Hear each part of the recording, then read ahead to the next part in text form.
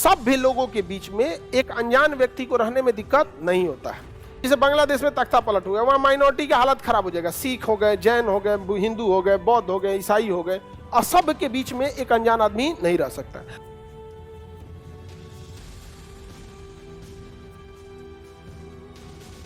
जब देश का विभाजन हुआ, और जब विभाजन हुआ ना, तो दो तरह के लोग आए। एक जो भारत से कहां चले गए, पाकिस्तान। भारत से कहां चले गए, पाकिस्तान। तो फिर उनके लिए हम टेंशन क्यों ले? टेंशन लेना था क्योंकि जब वहां मार काट हुआ तो वापस आने लगे थे। चले गए इससे टेंशन नहीं था, जब वहां मार काट हुआ तो वापस आने लगे थे। एक उनके लिए सोचना है। दूसरा, जो पाकिस्तान से भारत आ रहे थे, विभाजन के बाद बहुत सारे लोग पाकिस्तान से भारत आए थे, बहुत अच्छे अच्छे लोग भी आए थे। पुराने लोग जैसे आडवाणी साहब जो थे हमारे उप प्रधानमंत्री, उनका परिवार वहां था। मनमोहन सिंह जो थे उनके कुछ परिवार वहां थे। तो जो बॉर्डर एरिया था वो तो किसी को पता नहीं ना था। लाहौर उस समय का सबसे बेहतरीन शहर था, सबसे बेहतरीन भारत के शहर में लाहौर था। विभाजन करके उधर दे दिया। तो दो समस्याएं थी, एक जो डायरेक्ट पाकिस्तान से आ गया उन्हें यहां बसाना, और दूसरा जो यहां से गया है पिटा के आया तो उसे फिर बसाना, ठंडा किलो। तो दो तरह के लोगों की बड़ी चैलेंज थी। जो यहाँ का था उसे कोई दिक्कत ही नहीं था। तो जो पाकिस्तान से आ रहे थे लोग, उनको नागरिकता देना भी जरूरी था, वरना वो कहाँ आते, वो नहीं आ पाते। तो पाकिस्तान से जो भारत आ रहे हैं उनको, उन लोगों की नागरिकता की चर्चा 6 में है। यानी जो लोग पाकिस्तान से कहाँ आए, इंडिया, उन्हें नागरिकता देना है कि नहीं है? पाकिस्तान से इंडिया जो आए उन्हें भारत में नागरिकता दे देना है, इजीली दे देना है। ऐसे दर खुला था बॉर्डर, आ जाओ आ जाओ, चलो चलो चलो चलो, हो नागरिकता ले लो, जाओ। नागरिकता ले लिया, समझा कि नहीं है? लेकिन नागरिकता हो गया, आजादी हो गई। आजादी को 1 साल बीता ना, 1948 आया, तो लोग पूछे कितने लोगों को आपने नागरिकता दिया है? कहा, भारत सरकार ने कहा बहुत है। कितना? तो बहुत है। रिकॉर्ड तो कुछ था ही नहीं, कितना आया कितना नहीं गया, कुछ रिकॉर्ड नहीं रखा। बड़ी दिक्कत आने लगा। और दूसरा, नागरिकता लेना इतना आसान था कि कोनो आता था यहाँ पे, फिर शाम में जाता था, अपने रिश्तेदार सबसे मिलता था, फिर चल आता था। कहा कि भाई तो खिलवाड़ बना दिया है सब। अब कोई लाहौर से आया है, भारत में नागरिकता लिया, और उन्हें उसका खेत बोआया हुआ है, कहा तनी कटिया करके आते, गया उन्हें सब्जी उब्जी तोड़ के लाया, और फिर इन्हें चला यहाँ पे। भारत के लोगों ने कहा भाई साहब तो खिलवाड़ बना लिया नागरिकता को, कुछ नियम कानून रखते हैं। तो इन्होंने परमिट लगा दिया। क्या लगा दिया? परमिट। परमिट मतलब रोक, ए बेवकूफ, परमिट मतलब फॉर्म भरने का व्यवस्था। क्या आए हो तो फॉर्म भरो, आए हो तो फॉर्म भरो। तो परमिट लगा दिया गया। अब आना जाना मुश्किल हो गया कि अब आ गए तो यहीं रह जाओ, अब नहीं जा सकते यहाँ पे। तो परमिट लगा दिया। क्या लगा दिया गया? परमिट। लेकिन यह परमिट लगाने में लेट हो गई थी। इसे लगाया गया 19 जुलाई 1948 को, आजादी के 1 साल बाद 19 जुलाई 1948 को परमिट लग गया। अब जब परमिट लग गया तो भारत में आके बसना थोड़ा मुश्किल हो गया। कितना मुश्किल हो गया? थोड़ा मुश्किल हुआ। जब परमिट नहीं था, चलते हैं भारत, चल दिया भारत। फिर कहता है ये गमछा तो उन्हें छूट गया हो, आते हो इन्हें से गमछा उठाया, बाना मुरेठा चल दिया, ओ भारत। नहीं समझ गया, खिलवाड़ बना लिया था। लेकिन जब परमिट नियम लग गया तब नहीं। जब परमिट लगा तो फॉर्म भरना था, जो भी पाकिस्तान से आ रहा था फॉर्म भरना। और भी एक चीज देखो, जिसे आना था वो आजादी के समय तक तो आ ही गया, आजादी के समय तक आ गया। परमिट इतना बाद इसलिए लगा कि परमिट के बाद थोड़ा फॉर्म भरना, ये सब करना थोड़ा झमेला था। कुछ लोग ऐसे भी थे जो उन्होंने लगा कि भाई विभाजन हो गया तो इससे क्या फर्क पड़ेगा, क्योंकि उनके जीवन में ऐसा कुछ अनुभव था नहीं कि विभाजन पे क्या ही फर्क पड़ता होगा। तो वो लोग वहीं रह गए। लेकिन मारकाट जब मचा ना, तो बहुत लोग आजादी के 2 महीना बाद आए, कोई 6 महीना बाद आया, बहुत लोग वापस आए। 1 साल तक लोगों को, जितने लोगों को आना था आ गए लोग। उसके बाद क्या लगा दिया गया? परमिट। अब जो परमिट के बाद आता था उसको 6 मंथ का टाइम लगता था नागरिकता देने में। यानी परमिट से पहले आ गया तो धाए से तुरंत कैश ऑन डिलीवरी, जैसे आया भारत की नागरिकता ले लिया, ऐसे आया नागरिकता ले लिया। लेकिन परमिट नियम जब लग गया तो कितना दिन? हाँ, 6 मंथ। इतना दुख की बात है ना कि 1985 तक ये नियम था कि भारत में आइए 6 महीना रहिए नागरिकता मिल जाएगी। बाद में इसको बढ़ा के कहा गया 6 साल। कितना किया गया? 6।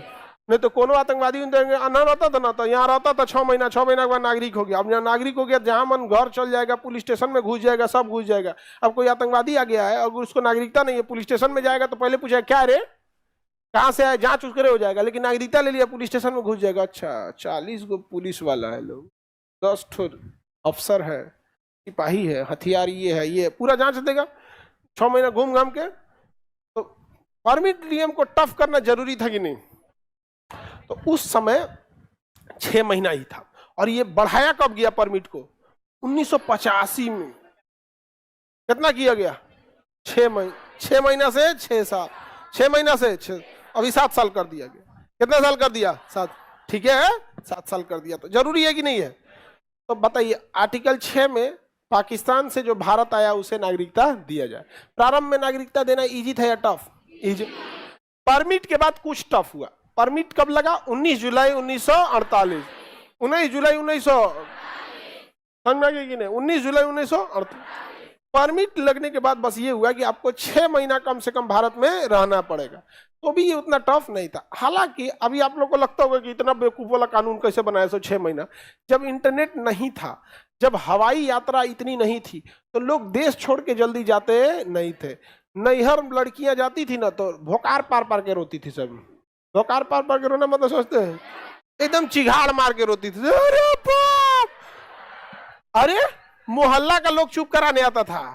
जब महिलाएं नैहर से आती थी ना, भर मोहल्ला से मिलके आती थी। और सब हो गया कि अब जाएंगी, गाड़ी लग गई है, रिक्शा जो भी रिक्शा से जाना है तो उससे, या गाड़ी से जाना है तो उससे, सब हो गया, गाड़ी लग गई। तो 2 राउंड में रोती थी। एगो घरे रो गई, अब फिर दुआरिया पे आके एक बार दोहरा का राउंड फिर रो लेते हैं। अब क्या रहे, फिर तनसा रो लेते हैं। समझ में आ गया? रीजन समझो, ना हवाई यात्रा थी, ना इंटरनेट था, ना मोबाइल था, ना कोई वीडियो कॉल था। देख ले जमाना हो जाता था लोगों को। समझ में आ गया? बहुत। आपकी अपनी मम्मी को देखिएगा, अभी भी रो देती हैं, आदत हो गया होगा। तो अभी इसलिए रोती होंगी कि कितना खराब लगेगा अब ना रोएंगे तो। नहीं समझ में आ गया? जैसे आप सब लोग, हम आते हैं तो आप लोग बोलते हैं ना गुड मॉर्निंग सर या जय हिंद, तो आदत हो गया है। अब आप नहीं बोलिएगा तो आपको लगेगा ना खराब लगेगा। अरे सब जब से एडमिशन लिए आते गुड मॉर्निंग सर बोलते, अब ना बोलेंगे तो खराब ना लगेगा? नहीं, तो वैसे आदत हो गया है वहां पे। हम तो मम्मी को टोक देते हैं, मम्मी ओ काय रोती हो, आदत ना हो गया।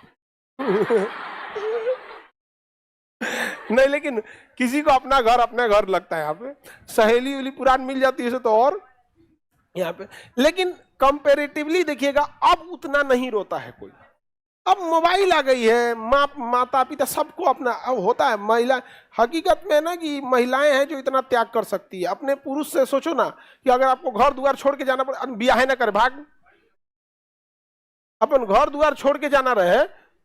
अगर हम अपनी बात बता रहे, हमारा अगर विदाई होता ना तो हम कहते ब्याह ना करते, जो तो तेरा विदाई करेगा हमरा ले जाएगा, हाँ तेरा घरे उड़ जाएगा। अरे घर में बैटरी ले जाया जाता है, ट्रांसफार्मर थोड़े ना।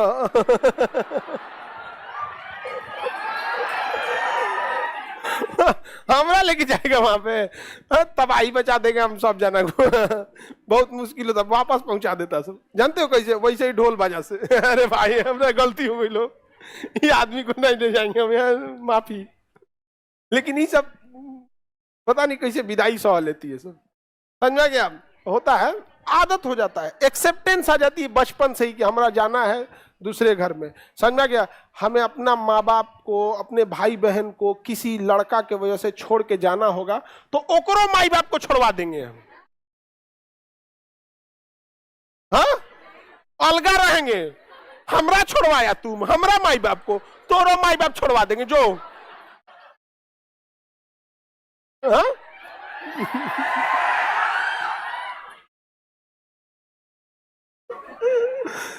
ऐसा नहीं होता जी, यही मेन कारण है। अरे बाप रे बाप,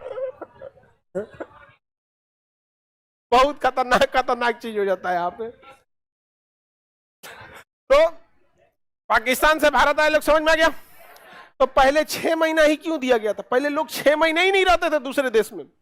अच्छा, आज से जब जियो या ये सब चीजें नहीं थी ना, तो बहुत महंगा होता था आईएसडी कॉल, जो इंटरनेशनल कॉल होता था। बहुत महंगा। लोकल कॉल ससुरा 1 रुपया मिनट लगता था, तो बाद में यूनिनॉर टेलीनॉर आए सब, तो लड़का लड़की अपने में बतियाता था तो 40 रुपया का रिचार्ज करके। हाँ पता नहीं 40 कितना का होता है जी? हाँ अरे भाई ठीक आ गया। जियो तो ये दे आया है 5 साल पहले, 10 साल 5-7 साल हुआ जियो का है, समझ में गया? तब लोग रखे यहाँ पे।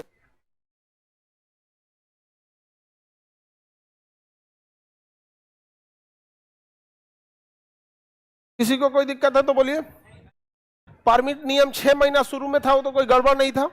अभी 6 महीना तो पता नहीं चलेगा कब बीत गया। आज आप लोग गर्ल्स लोग इतनी बड़ी संख्या में पढ़ने आ रही हैं, तो इसका ये भी रीजन है कि सूचना क्रांति बहुत इजी है। फट से फोन करके बमनी कोई दिक्कत नहीं ना, उनको भी पता है कि अगर पैसे का दिक्कत हो गया फटाक से फोन पे कर देंगे, यूपीआई कर देंगे, पैसा फट से आ जाएगा। लेकिन यही चीज 10 साल पहले कोई बेटियों को पढ़ने भेजता ही नहीं था। रीजन के बहुत कम लोग भेजते थे, पैसा घट गया तब कौन उसको मदद करने जाएगा। अभी ऐसा कुछ नहीं है यहाँ पे, अभी तो हर चीज सूचना तंत्र हो गया। दूसरा उन लोग का लगता है खान सर है ना, यहाँ दिक्कत होगा जी, अभी सबसे लड़ा लड़ा मारेंगे उन सबको। नहीं देखो उधर बनवाए ताबूत, खड़ा ताबूत, उसी में दरवाजा लगवाना अभी उसमें, समझा गया? उसमें दरवाजा लगा के बंद करे, दरवाजा लगा के मिर्चा स्प्रे मार दी, काटी, ये देखो करिए कि उसमें काटी ठोक के दरवाजा लगा के बंद करिए। नहीं समझे? उसमें लिखा रहेगा जिंदा ताबूत। तो बताओ आर्टिकल 6 कितना इजी है? 6 इजी है कि नहीं? 6 के तहत परमिट से पहले नागरिकता कितने देर में मिलती थी? अरे परमिट से पहले तुरंत, हाँ तुरंत। परमिट के बाद 1985 के बाद वर्तमान में 700, हाँ अभी लगा दिया गया एनआरसी। क्या लगा दिया गया? एनआरसी। बात वही है, 6 है, उसी में सुधार करते करते करते उसी को टफ बना रहा है। क्या बना रहा है? टफ। क्योंकि अब भारत की जनसंख्या ऑलरेडी 140 करोड़ हो गई, अब कितने लोगों को यहाँ रखेंगे हम लोग? नहीं समझ में आ गया यहाँ पर। लेकिन रिलीजियस परसिक्यूशन जिनके साथ होता है, धार्मिक प्रताड़ना, उन्हें रखना जरूरी भी है।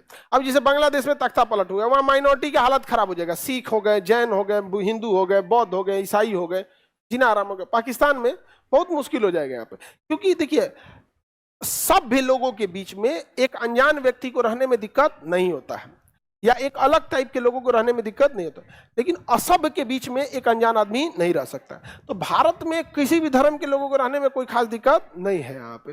लेकिन पाकिस्तान में ना असभ्यों की संख्या ज्यादा है, जबकि जितने अलग अलग विचारधारा के लोग रहेंगे उतनी अच्छी बात है, अलग अलग थिंकिंग आएगी। लेकिन उनको लगता है सब एक के डिजाइन से रहे, तो गड़बड़ बात है ना। एक बीमारी आएगा तो सब बीमार हो जाएगा, नहीं समझे?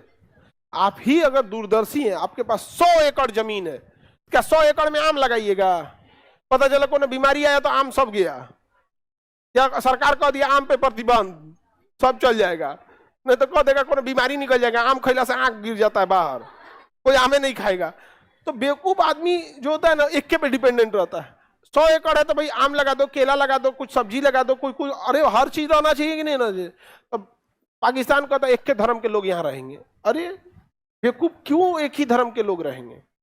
सबको रहने दो। भारत कैसा है, सब लोग यहाँ रहते हैं यहाँ पे। तो परमिट नियम कितना में? 6 में। समझ में आ गया? अनुच्छेद 5 प्रारंभ में नागरिक, हम लोग को किसके तहत मिला है? 5, हाँ प्रारंभ में मिल गया हम लोग को। और 6 में जो लोग आए थे उन्हें नागरिकता दिया जाए। समझ में आ गया कि नहीं? जो लोग आए थे उन्हें नागरिकता क्या किया जाएगा? दिया जाएगा। हम लोग के पूर्वज के पास, हम लोग के दादा परदादा के पास ऑप्शन होगा पाकिस्तान जाने के लिए। बहुत अच्छा कि ये लोग नहीं गए, नहीं तो आज हम बम चला रहे होते लाहौर में, आप लोग सुन रहे होते अरे कोनो खान नाम का आदमी है बम फेंक रहा है उधर लाहौर में, क्योंकि जहां जा रहते हैं वही शिक्षा मिली रहती। नहीं समझे? जैसे आज हम कैसे कहते हैं कि अरे बड़ी अच्छा, कोई हार्ड से हार्ड टॉपिक समझा देते हैं खान सर, बोलते हैं ना, वैसे पाकिस्तान में हम रहते हैं तो वहां अगर हम तो कहते हैं सारे बच्चे क्या खतरनाक से खतरनाक बम आसानी से बनवा देते हैं। बहुत अच्छा आदमी है, परमाणु बम बनवा देता है। ठीक हुआ हम लोग नहीं गए, बहुत दिक्कत हो जाता है यहाँ पे।